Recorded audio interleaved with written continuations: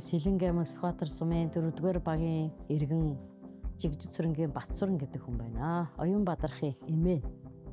Бид нар бол ерөөсөө мдээгүй байж байгаа төрхтөн л мэдсэн. Ер нь дутуу гарсан манай Оюун Бадарх. Тэгээд даавунтай байна гэж мэдээл. Гэхдээ нэг айхтар тэгээд сэтгэл зүгээр нунаад нэг хайсан байх. Ээж нь л хөрх амтан жоохон хямарсан. Гэхдээ ерөөсөө тийм гэж бодоагүй. Зүрхний юуны судасны цоорхотой гэж тэгээд ерөөсөө багаас нь уйлуулж ерөөсөө болохгүй гэж. Тэгээ нэг гайгүй шиг байдлахад нэг 50 байлгасаар байгаа нэг нас үргээд бид нар хагалгаанд орсон. Гэхдээ манай хүүхд харин даавны дээр харин бас аваа тийм хөнгөн шинжих байсан байлээ. Хэл яриагуд болохоос биш бүх юмыг ойлгоно, сонсгол сайн хараа сайн.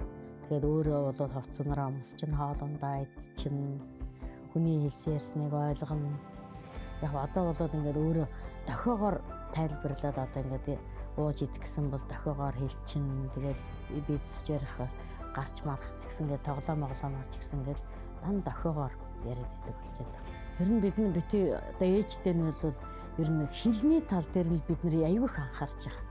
Одоо 5 настай юм чинь.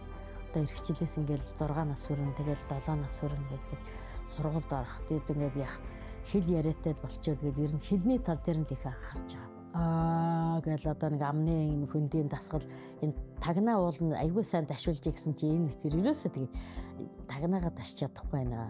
Энэ хүүхдийнхаа төлөөл одоо яаж эрүүл саруул болох уу одоо тий. Тэгээд цэцэрлэгтэй их дуртай.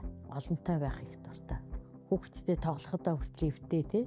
Нийгэмшээд ирдэг юм бэл. Ер нь цэцэрлэг дээрээ болоод ер нь манай хүүхдүүдтэй их нийтж хүүхдүүд аяйгүй Оюун Бадархаа гэл хүний хайрын тийм юунд байх их дуртай хүүхд байгаа юм. Багш нь солигдоод нэг жоохон надлан хямарсан намар. Тэгээ одоо харин туслах багш магштайгаа дасаад бас одоо арай гайгүй болчиход. Тэгээ ер нь за яг даавантай хүүхд бол төрөхөд болоод мэдэгддэг юм байна. Одоо ингээл чихчи хурны үений энэ юу үенээс ахуулаад ингээд зурааснаас ахуулаад мэдэгддэг даавантай хүүхд бол арай бас өөр юм байна. Энэ аутизмтай хүүхдүүд бол бас хожуу бас илэрдэг юм байна шүү дээ. Зарим залуу их эцэгнүүд бол хүүхдээсээ бас санаан зовдөг юм уу яадгийг одоо бас нийгмээс жоохон тусгаарлаад идэг юм байна хүүхдээ.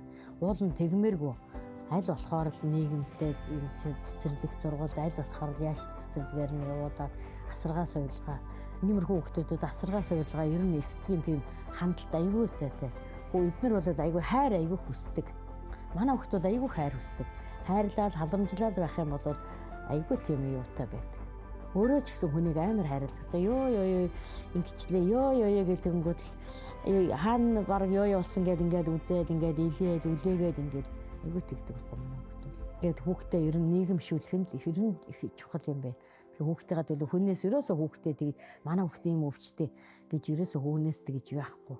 Одоо энэ нийгэмд чинь аягүй их тийм юутай байдаг болцсон байхад чинь одоо хүүхдээ бол ер нь би болжгүй л ер нь хүнтэй нийгэмшүүлээд нэг хүнээс тэгж нууж далдлах бол хэрэггүй л гэж бодож байгаа.